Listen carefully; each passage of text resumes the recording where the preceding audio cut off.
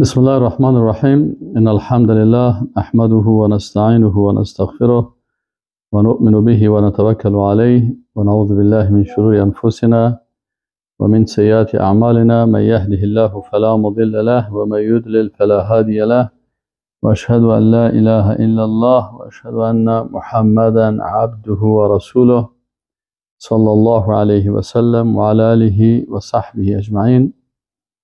برادران عزیز، خواهران گرانقدر، السلام علیکم و رحمت الله و برکاته. در درس امروزی ما و شما در نواقض ایمان رسیدیم. هفته قبلی ما و شما نواقص خواندیم و حال در نواقضی که مربوط به مسائل اعتقادی میشه و نواقض. بسم الله الرحمن الرحیم. نواقض جمع ناقض هست و ناقض به معنای شکننده هست. ما شما نواقض وضو میگیم.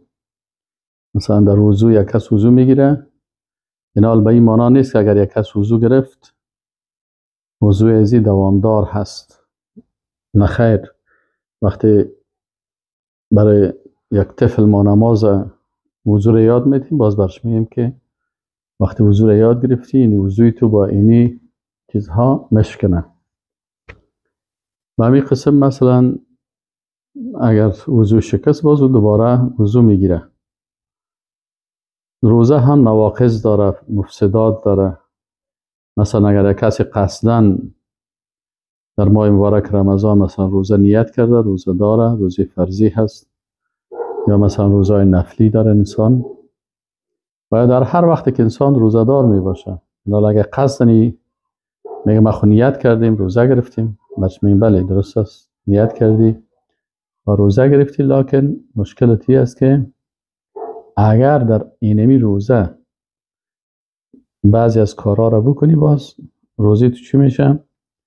روزه تو نقص میشه، یعنی روزه فاسد میشه، مشکله. پس ما در هر حکم شرعی که است، اگر نماز است، روزه هست، حج است، زکات است، چیزایی داره که او را خراب میکنه. وقتی خراب کرد او از بین میره. حتی نواقض نماز داریم. مثلا یک نفر نماز میخونه، در بین نماز یک دفعه یک لقمه نان میگیره در نماز میخوره، نماز از این شکست خراب شد، فاسد شد. در جریان نماز گپ میزنه، پس باید از سر نماز خدا بگردانه. اینی مثلا نواقض وضو، نواقض نماز، نواقض روزه، چیزایی که روزه را مشکلانه، چیزایی که نماز، چیزایی که مثلا حج خراب میکنه. ایره هر کس میفهمه، هر کس میفهمه. و بسیاری کسایی که مثلا حتی حاجی که حج میره از علما پرسان میکنه یا درس میخونه، درش میگن که این چیزا رو نکنی که حج تو را خراب میکنه. اما در قسمت ایمان که هست، در قسمت ایمان هم بله، در عقیده یک نفر عقیده داره، یک نفر ایمان داره، یک نفر مثلا عقیده توحید داره، چیزایی هست که این ایمان ازیره نقص میکنه، عقیده ازیره مشکنانه، ایره به ایمان میسازه، ایره کافر میسازه، ایره مشرک میسازه. از این خاطر علما در کتاب‌های عقیده و حتی ما در کتاب‌های فقهی هم، حتی علما در باب ارتداد مثلا که ما میخوانیم که در مدرسه ها و در پانتون ها که مثلا کدام کار است که انسان مرتد میسازه، از دین بیخی بیرون میشه. و در هر کتاب فقهی که شما بخوانین اونجا هست باب مرتد و باب ارتداد و بیان میکنه که مثلا با اینی چیز انسان از دایره ایمان خارج میشه و کافر میشه. حالا بعضی مردم ها هستن افراط و تفریط میکنن. افراط و کسایی هستن مثلا یک نفر افراط میکنه، اگر یک نفر در یک گناه هم مبتلا شد او را میگه تو کافر هستی. یک عقیده خوارج بود. مثلا خوارج اونا یا معتزله، این فرقه های گمراه برآمدن. مثلا خوارج میگفتن که اگر یک کس گناه کبیره بکنه، مثلا زناکار است، میگه تو کافر شدی. چرا؟ زنا کردی، زناکار کافر است. یک نفر مسلمان است شراب خورد، میگه کافر شد. اما اهل سنت و الجماعت میگن که نخیر، با گناه های کبیره مثل زنا کردن، شراب خوردن یا دزدی کردن به این چیزا انسان کافر نمیشه، ایمانش ناقص میشه، پایین میایه، لکن خودش در چوکات ایمان و دین هست. یک تعداد دیگه بزد از اینا خیستن چی کردن؟ مثلا معتزله چی گفتن؟ معتزله گفتن اگر یک کسی مرتکب کبیره شد، گناه کبیره کرد، مثلا دوزی کرد، صاحب شد که نمی سرقت کرده دوزی کرده، اونا میگه که نه این مسلمان است نه کافر است. خیلی چی هست؟ میگه در بین اردویش هم بند است، نه مسلمان است نه کافر است. یک گپ غلط از خود کشیدن. اما عقیده اهل سنت و الجماعت، کسایی که پیروی از قرآن و سنت میکنن و سلف صالح صحابه چه قسم فهمیدن، تابعین چه قسم تابع تابعین، اینا میگن که نه خیر، ایمان با اعمال، با گناه های کبیره نقص نمیشه. پس ما گناه های کبیره داریم، با گناه های کبیره ایمان نقص نمیشه، بلکه او در دایره ایمان هست. نواقض ایمان که هست، بله نواقض هست، که نواقض اعتقادی هست، نواقض زبانی هست و نواقض فعلی هست. اگر یار کس میکنه باز ایمانش مشکنه. پس اینال یک تعداد دیگه باز بر آمدن بزد از اونا باز چی میگه؟ میگه نه، امی کلمه که خوانی تو مسلمان هست، خلاص. اگر سر قرآن شریف لغت کرد، اگر جادو کرد، اگر کفر گفت، اگر الله را دشنام داد، اگر پیغمبر را دشنام داد، نه نمیگه کلمه که خوان. این یک کسی به نام جهم ابن صفوان بود، این پیدا شد و این عقیده را در بین مردم رواج کرد. مجرد کلمه را کس خوان، خلاص دیگه تو کلمه خوانی دیگه مسلمان هستی که هر کار کرد. اینال عقیده وسط، عقیده اهل سنت و الجماعت است که تقسیم کردن نواقص ایمان که ما در هفته قبلی خواندیم، کلش فهمیدیم، و نواقض ایمان بیان کردن و میگن در تعریفش که هو ما یفسد به اصل ایمان. میگه او چی هست؟ میگه نواقض ایمان یا ناقص کننده ایمان چی هست؟ او چیزی که اصل ایمان چی میکنه؟ فاسد میکنه، ایمانت از بین میبره. و ینتقل الانسان من الاسلام الى الكفر. میگه یک انسان مسلمانی که در اسلام است، این دوباره از اسلام میکشه، پس این داخل میکنه در کفر. و یسیر صاحبه حلال الدم والمال. باز میگه می کسی که مرتد شده هست، صاحب ازی حلال دم هست، خورش بر مسلمان ها حلال است که باز بالای ازی حد مرتد جاری میکنه قاضی مسلمان ها، و مالش همچنان. و هذه النواقض، و این چیزهایی که میگه نقص میکنه ایمان انسانه، تسمى بالکفر الناقل عن المله او الکفر الاکبر. ایره باز میگه علما چی میگن؟ میگه این کفری که انسان از ملت اسلام نقل میده، انتقال میده، یا ایره کفر اکبر میگن، یا ایره کفر اکبر میگن. اینال پس اینجا چی شد؟ ایره کفر ناقض از ملت و کفر اکبر میگن. علمای دیگه مثلا عالم دیگه تعریف میکنن. ببین تعریف های علما هست به زبان عربی، من براتون ترجمه میکنم و این ما و شما به خاطر ازی میخوانیم که یک انسان اول از خود شروع میکنه. چرا ایمان خود یک سرمایه بسیار بزرگ است. یک نفر ایمان خودن در 10 میلیون دلار نمیفروشه. وقتی برش یک کسی بگه که 10 میلیون دلار میتونم ایمان تا بر ما بفروش، نمیفروشه. از 10 میلیون دلار هم کده، حتی 100 میلیون دلار کده، از میلیارد میلیون دلار کده، ایمان انسان بر انسان ارزش داره. یک نفر ایمان خدا به خاطر ایمان خود خون خدا و مال خدا و زندگی خدا کل شب به الله میته. لکن همی انسان با بی‌تفاوتی و بی‌توجهی به احکام اسلام به دست خود مفت کلذی در کفر داخل میکنه، عادی در کفر داخل میشه. با یک کلمه، با یک گپ میزنه و در حدیث شریف رسول الله صلی الله علیه و سلم میگه که مثلا یک نفر یک کلمه کفری را میگه یا یک کلمه را از زبانش خارج میشه که هیچ به او توجه نمیکنه، میگه همین سخن از این را در تاترین جای دوزخ میپرته، در تاترین جای دوزخ جای از این را میکنه. چرا؟ انسان با بی‌توجهی خدا در یک کفر مبتلا کرد، در شرک مبتلا کرد. و امروز مثلا وقتی که انسان در اعتقادات بحث میکنه و تحقیق میکنه و ما شما در سایه عقیده رو میکنیم، وقتی که میبینیم در جامعه که بسیاری کسا به این مرض مبتلا میشه ولی پیشش بسیار بیارزش است. اگر برش کسی بگه که آجی صاحب حجت فاسد شد، او سرش قیامت میشه. چطور حج ما فاسد شد؟ من چی کنم که پس برم؟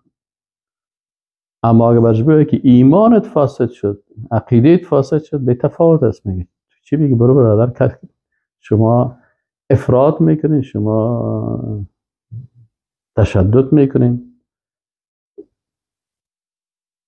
این حال ما و شما این مسائل به خاطر ازی میخوانیم که پیش از این که سر دیگر را حکم کنیم خود ما را از اینمی مرض نجات بدیم. یعنی آدم هوشیاری است که خود از یک مرض نگاه میکنه تا که درد از اون مرض خودش نکشه، خود به رنج مبتلا نکنه.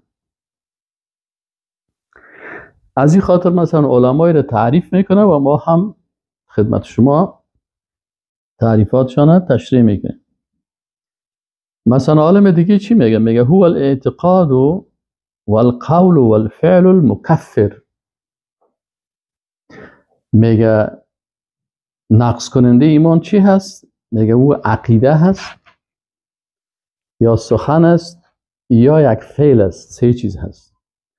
المکفر کافر کننده، یعنی عقیده است که انسان کافر میسازه، یک سخن است که انسان کافر میسازه و یک فعل است که انسان کافر میسازه. من که سر زمین بحث همه روزا مثلا از این کار میکردم پیش از که درس شروع، مثلا من صبحی که سر از این کار میکردم پیش این وقتا، باور بکنین همینجا من به عدد نوشته کردیم 1 2 3 4 5 6، یعنی اگر براتون هر کدامش نام بگیرم 300 دانه چیزی هست که آدم کافر نیست. اما از یک نفر پرسان که تو همین داتایش برای ما بگو، یاد نداره. خود در 300 دانه وقتی که یاد نداشته باشی در یکیش مبتلا میشی، میایده در سای ما شما براتون اما تو دانه و اما تو کردکی و وطنکی گپ میزنم. نمیخوایم پانتونی مثل در پانتون درس میتم او قسم گپ نمیزنم، فقط چون آل عام است اینه میگم که تا یک کسی که هیچ درس نخوانده هم بفهمه. پس اینجا یه عالم میگه که یکی عقیده کافر کننده هست، یکی سخن کافر کننده هست. بعضی سخن هست آدم کافر میسازه. والفعل المکفر، بعضی از افعال از حرکت هاست، تو حرکت میکنی کافر میشی. الذي ينتفي به ایمان العبد، میگه که توسط ازی چی میشه؟ توسط عقیده یا سخن یا فعل ایمان انسان از بین میره و یزول زائل میشه و یخرجه من دائره الاسلام والایمان الى حظیره الکفر. میگه این شخص از دایره ایمان و اسلام میکشه و این داخل میکنه در حظیره، یعنی در اون جایی که کافرها هست، یعنی در جمله کافرها رو داخل میکنه. والعیاذ بالله، و پناه میبریم به الله از شر. علمای اسلام چی اصطلاحات برای نواقض استعمال کردن؟ 3 قسم اصطلاحات در کتابها ذکر میشه. مثلا در بعضی کتابها به نام نواقض ایمان هست، در بعضی علما به نام نواقض اسلام هم ذکر میکنن. یک چیز است نواقض ایمان، نواقض اسلام، و بعضی به نام نواقض توحید یا شکننده های توحید است. منظور از نواقض ایمان چی هست؟ یکی همتون میگیم. منظور از نواقض ایمان شکستن ایمان یک شخص که به سبب خرابی عقیده در ارکان و شروط ایمان صورت میگیره. ما و شما در درس‌های توحید خواندیم که ایمان که از چی داره؟ ارکان داره و شروط داره. این حال اگر خرابی در ارکان ایمان پیدا میشه، ایمان انسان از بین میره. مثل که یک کسی در ارکان نماز خرابی میکنه. یک کس از شما پرسان میکنه، میگه ببخشی برادر یا خواهر، من نماز خواندم 5-6 سال میشه نماز میخوانم، لکن همین نماز خوب قرآن شریف سوره فاتحه را میخوانم، قل هو الله احد میخوانم، دیگه سوره را میخوانم، رکوع میکنم و اتحیات هم میکنم. خب من نمیفهمیدم که سجده هم باید بکنی دیگه. من فکر میکنم که همین که مثلا استاد میشی، بعد از اون میری رکوع میکنی، بعد از میشینی. ما این قسم کردیم. بعد از این ما شما میگیم که خواهر عزیز یا برادر عزیز، 5 سال نماز خواندی، 10 سال خواندی، 20 سال خواندی، این سجده که هست رکن از ارکان نماز هست. تو رکن نماز ترک کردی، نه نمازهای تو نشده، کل نمازهایت نشده. 10 سال ما خواندید، 40 سال خوانده باشی. خواندن از اینه که تو مثلا یک لک رکعت نماز خواندی، غلط خواندی، رکنش که نبود، نمازت نشده. برو پناهت بخون. اینال اینمی قسم ارکان نماز چی هست؟ ارکان ایمان. مثلا ارکان ایمان علما میگن که 6 رکن است. ما شما خواندیم نه، آمنت بالله و ملائکته و کتبه و رسوله و الیوم الاخر و القدر خیره و شره من الله تعالی. امی و البعث بعد الموت. باز علما بعضی داخلش ذکر میگن، بعضی میگن نه دمی یوم الاخر باز یوم داخل میشه که بعض زندگی بعد از مرگ مربوط به آخرت است. بنابراین میگن 6 رکن است. اینال سعی کنیم ما براتون حساب کنیم. در اول یک کسی به وجود الله کافر میشه، میگم من وجود الله را باور ندارم، پدر مسلمان است، مادر مسلمان است، کلمه میخوانم، از خردکی نمازم خوانیم، اما میخواد از وجود الله انکار میکنه. بناهن خلل در این رکن وقتی که از وجود الله انکار کرد، این کافر است. دو، یک کسی میگه من الله را قبول دارم، لکن در مورد ملائکه مثلا من ملائکه را قبول ندارم. پس وقتی که کسی از ملائکه انکار کرد، بگه که ملائکه نیست، کوکی در کجا هست به من نشان بده. حتی ما میشونیم یک وقت ما خورد صنف 6 مکتب بدیم، یک معلم کمونیست میامد در صنف ما، من در صنف 7 بودم در مکتب منوشیری، یک کلاهک پیک میپوشید، کسایی که لینین پرست هستن باز یک کلاهک پیک خاص دارن میپوشن، علامت کمونیستیش است. باز یک کلاهک پیک میپوشید میامد در صنف ما. معلم رسم بود، چی بود خدا شرماندش، یک دو روز که در صنف میخورد باز رو میدگیش میسن زیر پای من داخل. برو اینه کی کشیده؟ در ملائکه میگه برای من نشان بتین کجا هست؟ تو که ملائکه کوکی، تو میگی سرشانی و ملائکه است، تو که ملائکه. پس دیگر روز که باز میشیشتی باز من مسلمان هستم، من پدرم مسلمان است، من مادرم مسلمان هست. مثل که دکتر نجیب میگه که اون مردم ما مسلمان هستیم، در پیشانی ما کافر نشته نیست. خب تو با این کلماتی که میگی، این کلمات را که میفتن، امو وقت ما در صنف 6 مکتب، صنف 7 بودیم، بخیل مکتب منوچیری بود در کلا پشتن، اونجا چند وقت نصف سال اونجا بخیل رفتم، راهش هم دور بود، ولی همین معلم امو وقت یادم میاد. امو وقت مادم خورترکی که هنوز قرآن شریف یک سپاره رو مچم خوانده بودم یا نخوانده بودم، میفهمیدم که والا این نیست، کفر میگه، کافر است، وجود ملائکه را انکار میکنه که کجا هست. پس اینال اینمی نفر اگر امیال صدای مرا بشنوه زنده باشه توبه کنه. امیال هم تا که نمورده، الله غفور رحیم است، توبه بکنه، صادقانه بگویه که یا الله ما آمنت بالله و ملائکته و کتبه و رسوله و الیوم الاخر و القدر خیره و شره من الله تعالی و البعث بعد الموت. ما به کل از ایمان دارم. تنها به کلمه نمیشه که یک نفر میگه من لا اله الا الله محمد رسول الله گفتم ملائکه را قبول ندارم. همین تو که لا اله الا الله خواندی، با وقتی که از ملائکه انکار میکنی کافر گفته میشی، مرتد گفته میشی، ایمانت ناقص شد. نگو که ما مسلمان هستم. اگر قصدی کافر هستی میگی که بله من کافر هستم، خلاص دیگه باز ادعا نگو که مردم در پیشانی ما کافر داشتن است، ما مسلمان هستیم، ما فلانی هستیم.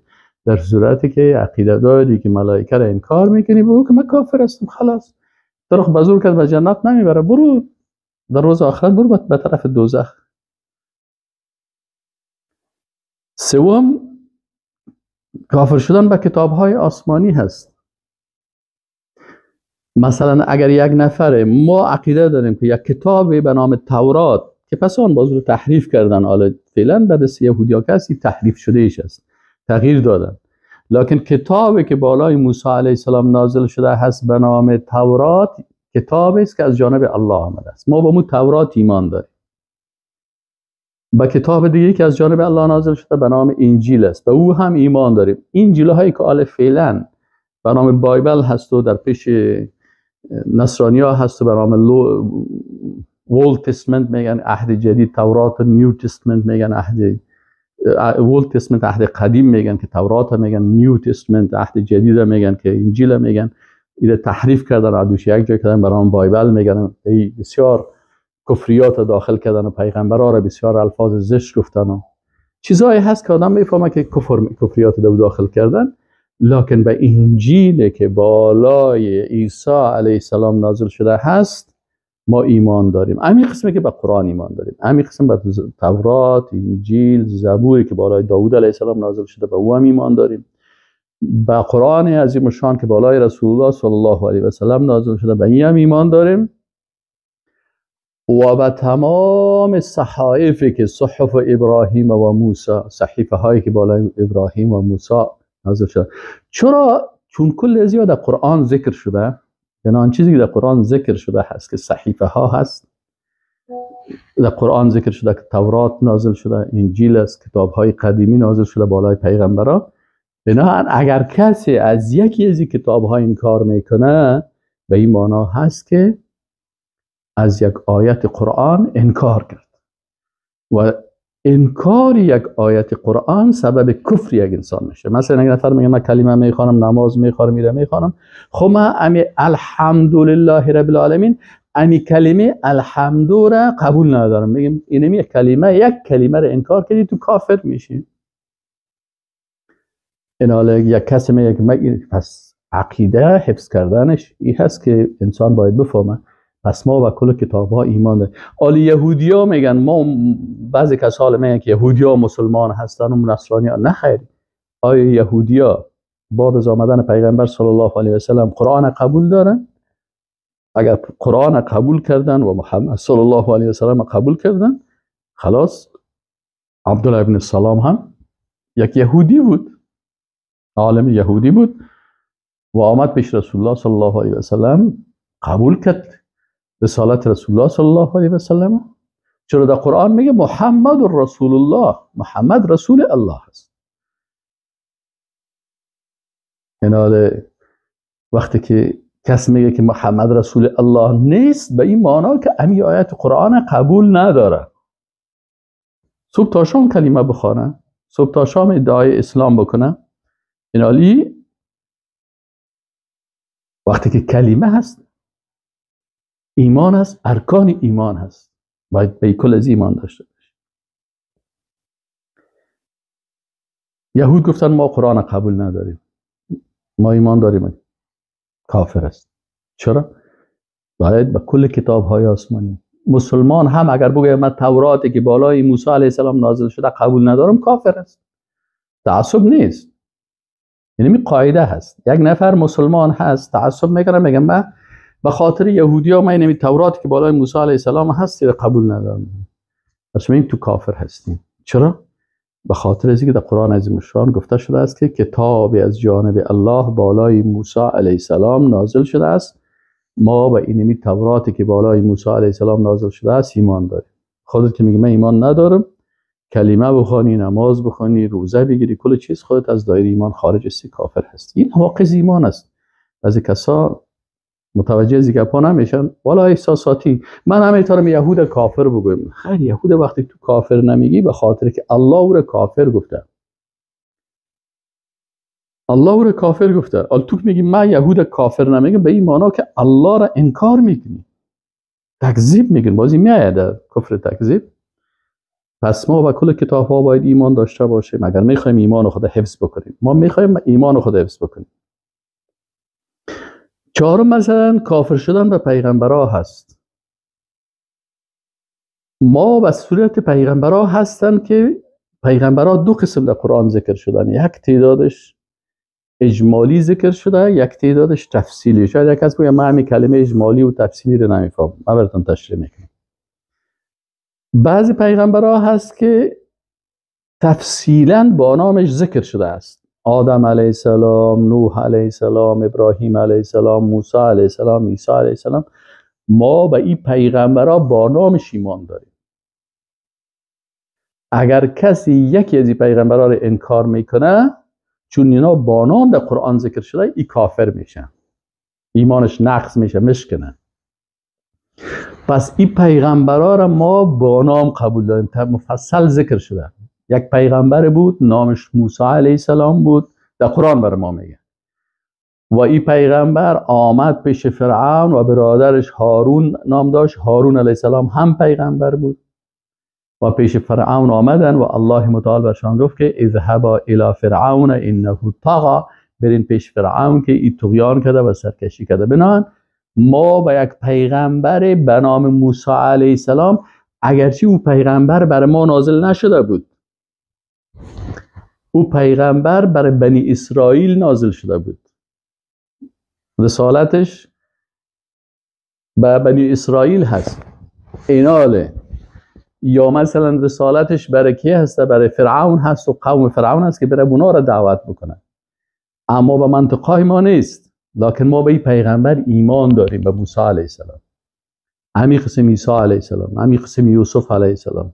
پس این پیغمبرها را به شکل تفصیلی با نامش باید انسان ایمان داشته باشه که اگر کسی یک پیغمبری که به نام در قرآن ذکر شده هست و در احادیث ذکر شده هست از این انکار میکنه، ایمان از این نقص میشه.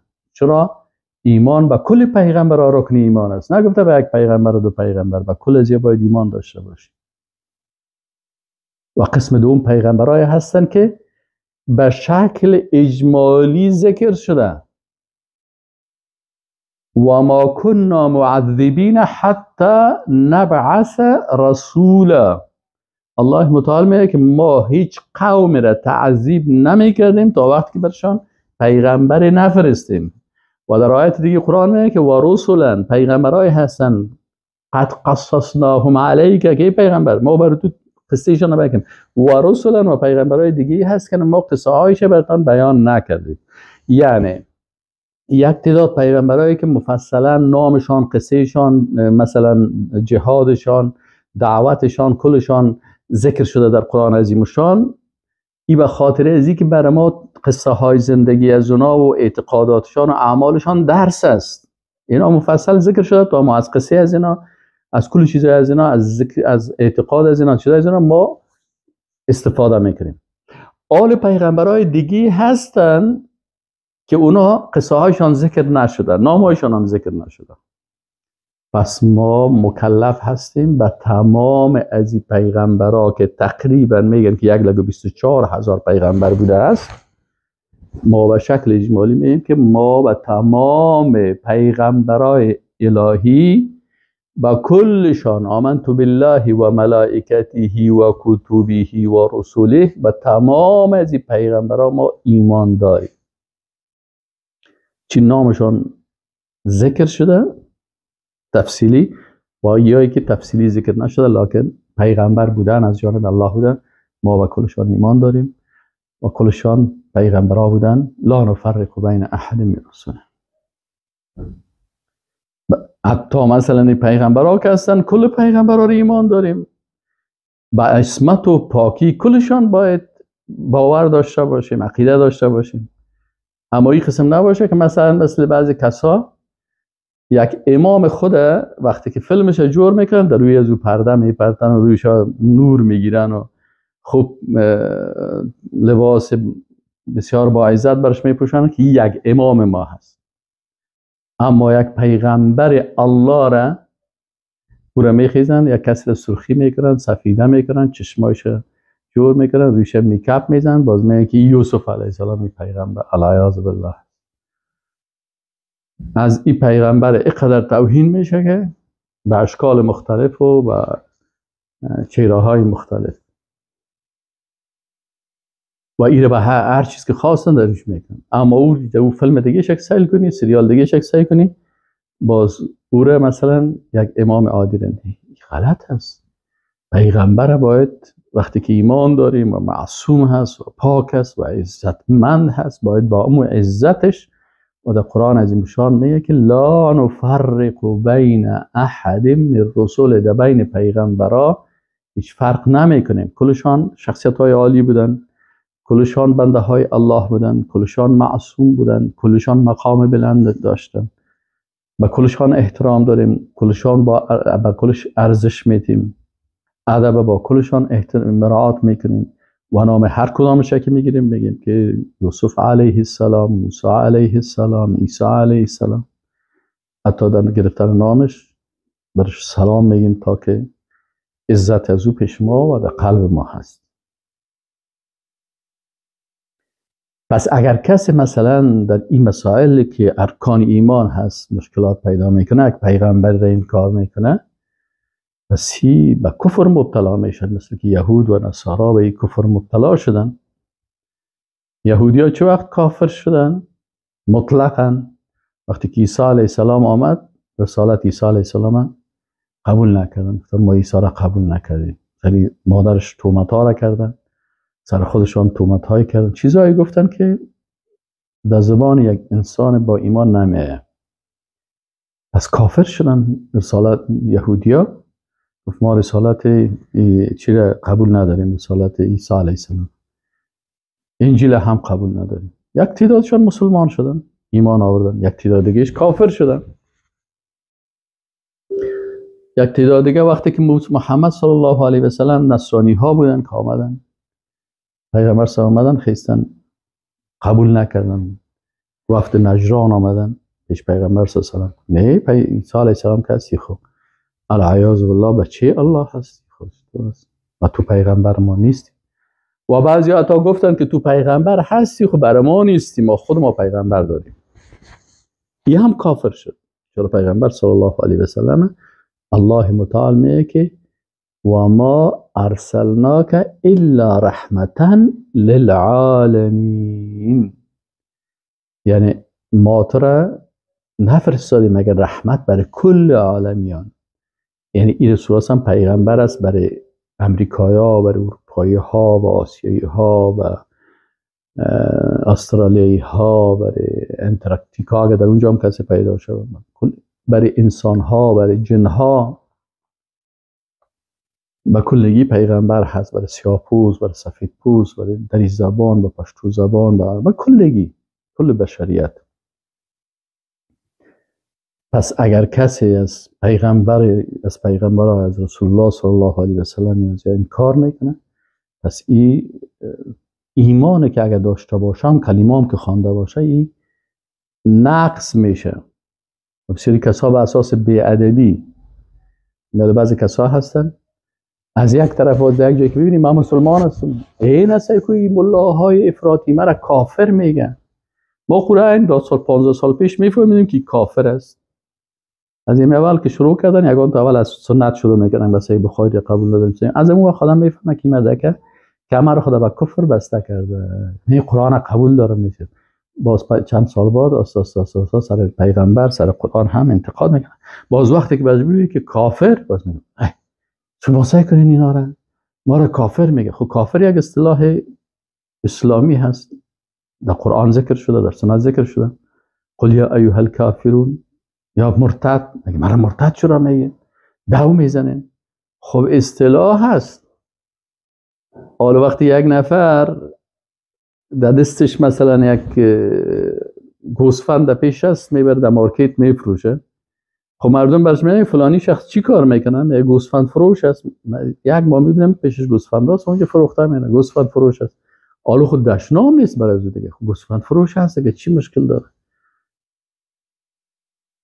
وقتی که گوسفند بفروشی مردم برای گوسفند فروش میگن. اگر نمیخوای که مردم نگویید، خیلی نفروش گوسفند. برو تیاره بفروش، نام تا مردم میگه که تیاره فروش. موتر بفروش، میگه مردم میگه بارگن داره و موتر فروش هست. دیگر روز باز بارگن والا و موتر فروش شاگردش میبره. این حال به هر صورت وقتی که کلمه کفر گفتی برای تو مرتد گفته میشه، کافر گفته میشه، ایمان تو نقص میشه. بعضی کسا باز میگه من تکفیر نمیکنم. تو وقتی که من تکفیری نیستم، مال اصطلاحات کشیدن. ببین من تکفیری نیستم، اصلا هیچ کس تکفیری نیست، لکن تکفیر یک اصطلاح اسلامی هست که اگر کافری که کافر هست و او را الله کافر گفته، پیغمبرش کافر گفته، پس اگر تو میگی تو کافر نیستی به این معنی که تو تکفیر نمیکنی، پس خودت کافر میشی. چرا؟ به خاطر اینکه که تو الله را چی کردی؟ تکذیب کردی، پیغمبر را تکذیب کردی. الله میگه یهود کافر است. ان الذين كفروا من اهل الكتاب ان الذين كفروا من اهل الكتاب. پس اینال بعضی اوقات بعضی کسا به بعضی که میشینن تحقیق بکنن، کتاب بخوانن، زحمت بکشن، یا حداقل گوش میگیرن، وقت ندارن شما بکنین. خب ما مثل مزدور واره براتون، خدمتگارتان، چپراسیتان، خدمتگارتان ما براتون تیار میکنیم. مثل که یک چپراسی به یک نفر چای تیار میکنه، میره پیش روش میمونه در دفتر. خب ما اینا امی درس براتون آماده کردیم، خب گوش خوب بگی.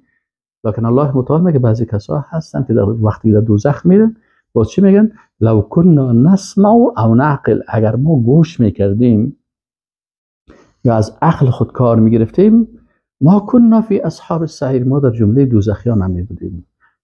از این معلوم میشه که کسانی که دوزخ میرن کی هستن؟ گوش نمیگیرن. مثلا بسیاری کساست برش اگر یک کلیپ رقص روان بکنی، باز ازش یک دونه قلب برات روان میکنه. اگر کلیپ یک زن نامحرم عکس برش روان بکنه، باز خوبیه بیچاره یک قسمی یک میکنه که یعنی قلب یعنی خوب کار کردی. اما اگر برش یک کلیپ اسلامی رو برش بیان کردی که اینی گپ الله هست، یعنی گپ رسولش هست، چرا در برمه این مسیج روان میکنی؟ خب اون آیت قرآن میگه که لو کنا نسمع، یک مرتبه گوش بگی، یک مرتبه بشنو، از عقلت کار بگی. باز اگر دیدی که کس غلط سخن میگفت، باز قبول نکن، بس روح کس سر کس تحمیل نمیکنه. پس اینا کلش نواقض ایمان از خطرناک است. بعضی کسا پیغمبر رو دشنام میده، کافر میشه، توهین میکنه، کافر میشه، استهزا میکنه، کافر میشه، یا کلش میایه. خب پنجم کافر شدن با آخرت است. مثلا کافر شدن با آخرت چی هست؟ مثلا یک نفر در مسائل اخروی کسی هست میگه عذاب قبر ما قبول ندارم. عذاب قبر در قرآن ثابت است. آل فرعون گفته که صبح و شام برشان عذاب داده میشه و باز گفته که در روز قیامت اینا به دوزخ برده میشه. همین صبح و شام که بعد از اینا عذاب داده میشه در کجا؟ در قبر است.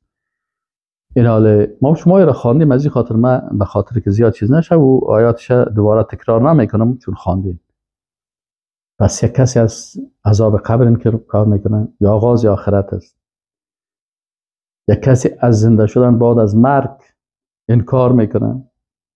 مثلا قریشی ها میگفتن که ما پیروای ابراهیم و اسماعیل علیهم السلام هستیم، اما از زنده شدن بعد از مرگ چی میکردن؟ انکار میکردن. میگفتن که خوب استخوانای ما که تو خوش بگرده و گوشت ما کلشان چیز شوه، خاک شوه و ما خود ما هم خاک شویم، استخوانای ما پوسیده شوه، باز ما دوباره زنده میشیم، بحث میشیم. الله متعال میگه که او ذاتی که اول شما را خلق کرد، از کجا شما را خلق کرد؟ چی بودین که خلق شدین؟ اونمون ذاتی که قدرت داشت که تو را در بطن مادرت خلق بکنه و در اونجا تو را حفظ بکنه و برات روزی بده و از طریق حال خوشحال است که من از طریق دان نان میخورم، 9 ماه از طریق امو پیپک یا روده هست، از طریق ازی غذا خوردی که اگر امو غذایت امو با خلطه یک شبرت نشان بده استفراغت میگیره. پس اینال اونمو خالقه که در اونجا تو را خلق کرد، اونمو خالق با قدرت هست که دوباره در روز محشر تو رو دوباره زنده میکنه. اینال کسی عزیز زنده شدن بعد از مرگ اگه انکار میکنه، این باز ایمانش نقص میشه ولو کلمه بخونه. یا مثلا محشر است که در روز قیامت که مردم حشر میشه، الله متعال میگه که و حشرناهم. یعنی کل از این مسائل اعتقادی در قرآن عظیم الشان هر کدامش است. انکار هر کدام از این انکار از آیات قرآن میشه و انکار از آیات قرآن این سبب کفر میشه. این کلگی قبول داره، کلگی قبول داره. اما باز سر از این هم باز وقتی که فلسفه گویی و منطق گویی و دلایل عقلی رو میان، باز از بسیاری چیزها خود در کفر مبتلا میکنه. همین قسم مثلا آخرت شامل حساب میشه که در آیات قرآن چه است ثابت است. میزان هست، فاما من ثقلت موازینه، ببین میزانش در قرآن ثابت است. از یکی قوی میشه ثقیل میشه، از یکی ضعیف میشه. و اما من خفت موازینه فامه هاویه. بناهن این چی است که انسان مؤمن در این راستا باید بسیار محتاط باشه. یعنی این مسائل تحت تاثیر شبهات دشمنای اسلام بسیاری کسا برش مثلا شبهه ایجاد میشه. وقتی که شبهه ایجاد شد، اکثر کافرها دو چیز دارن، دو وسیله دارن. یک وسیله شد دشمنای اسلام جوانا را وقتی که دیدن، یا اینا را در شهوات مبتلا میکنن یا در شبهات. یا شهوات برشان زیاد میکنن که یا از طریق شهوات به گناه ها مبتلا شوند و به کفر مبتلا شوند، برن به طرف کفر. و یا در شبهات را برشان ایجاد میکنن که حساب نیست، میزان نیست، کتاب اعمال نیست. این نمیده که اگر یکی از این گپا را کس قبول میکنه که نیست، عقیده کرد، این انسان در کفر داخل میشه. با این قسم مثلا شفاعت هست، در قرآن ثابت است. حوض، انا اعطینا کالکوثر، حوض کوثر، این در قرآن آمده هست. اینا کس از این کار میکنن. پل صراط، مثلا صراطی که هست و بعد از صراط یک جای است یا پل است به نام قنطره. قنطره چی رو میگن؟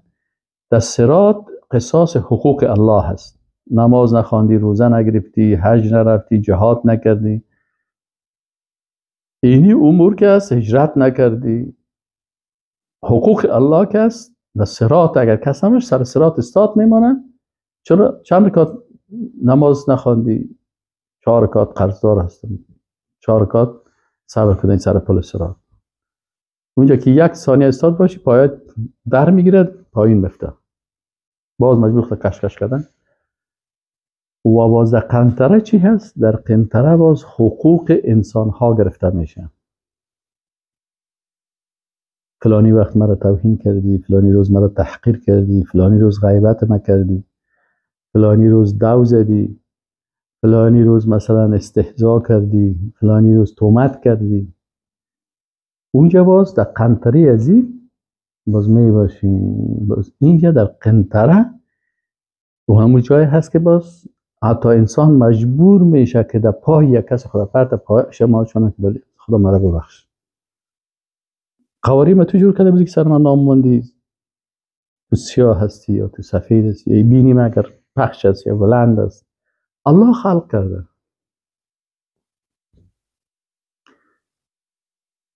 اینا وقتی سر یک کسی به خاطر چهریش یا به خاطر قومش یا به خاطر زبانش یا به خاطر ولایتش یا به خاطر ولسوالیش یا به خاطر مذکر و مؤنث بودنش، به هر علتی که باشه، وقتی که کسی مسخرگی میکنه و بسیاری کسا غیبت میکنن. غیبت در پیش حساب و میزان وجه هم محاسبه میشی و جزایش در قنطره، تا که جزا را میگه. مثلا جنت چی هست؟ میگه جنت جای پاک است. در جنت داخل نمیشه انسان تا وقتی که پاک نشه. تا که انسان چی نشه؟ پاک نشه. پاکی چند قسم میشه؟ این حال پاکی از گناه ها یا ای است که مثلا انسان توبه میکنه و اگر حق یک کس باشه از خودش معذرت میخواه در صورت که قبول بکنه، یا مالش خوردی یا توهینش کردی یا تحقیر کردی یا غیبت کردی از پیش معذرت میخوای، خدا پاک میسازی.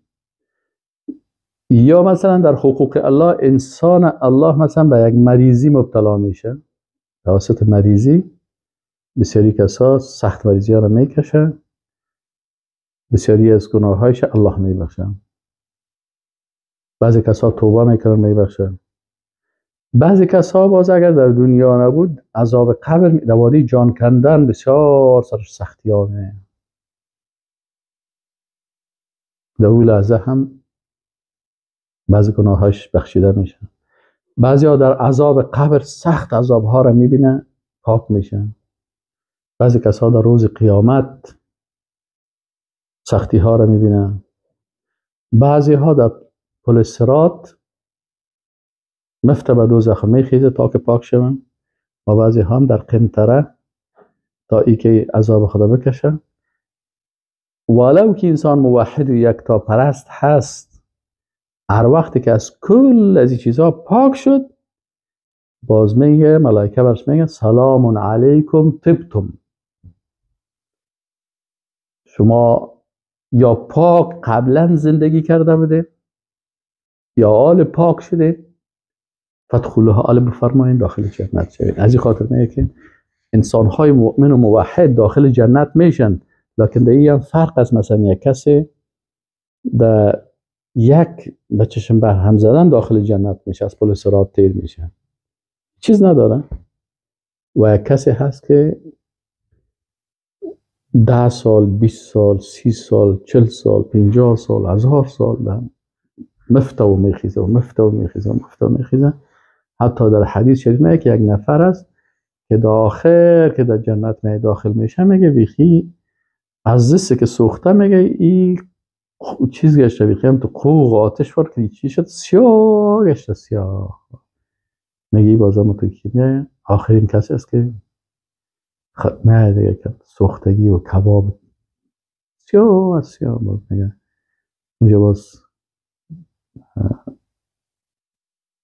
در اونجا در آبشاره که در جنت هست، دروازه جنت هست اینجا باز میگه ششته میشه، سیاهیش گم میشه، باز داخل جنت. و حدیث شست با سویر ما شما میشه کدام وقت انسان بخوانه. همین قسم مثلا کافر شدن به اندازه خیر و شر که از جانب الله هست. بعضی کسا هستن که در تقدیر الهی شک میکنن، در قضا و قدر الهی، در حسن خاتمه و سوء خاتمه، در این مسائل شک میکنن. این مسائل ایمانیات هست. انشاءالله باقی ماندهش ما و شما در درسای بعدی میخوانیم. وقت ما و شما پوره هست. و السلام علیکم و رحمت الله و برکاته.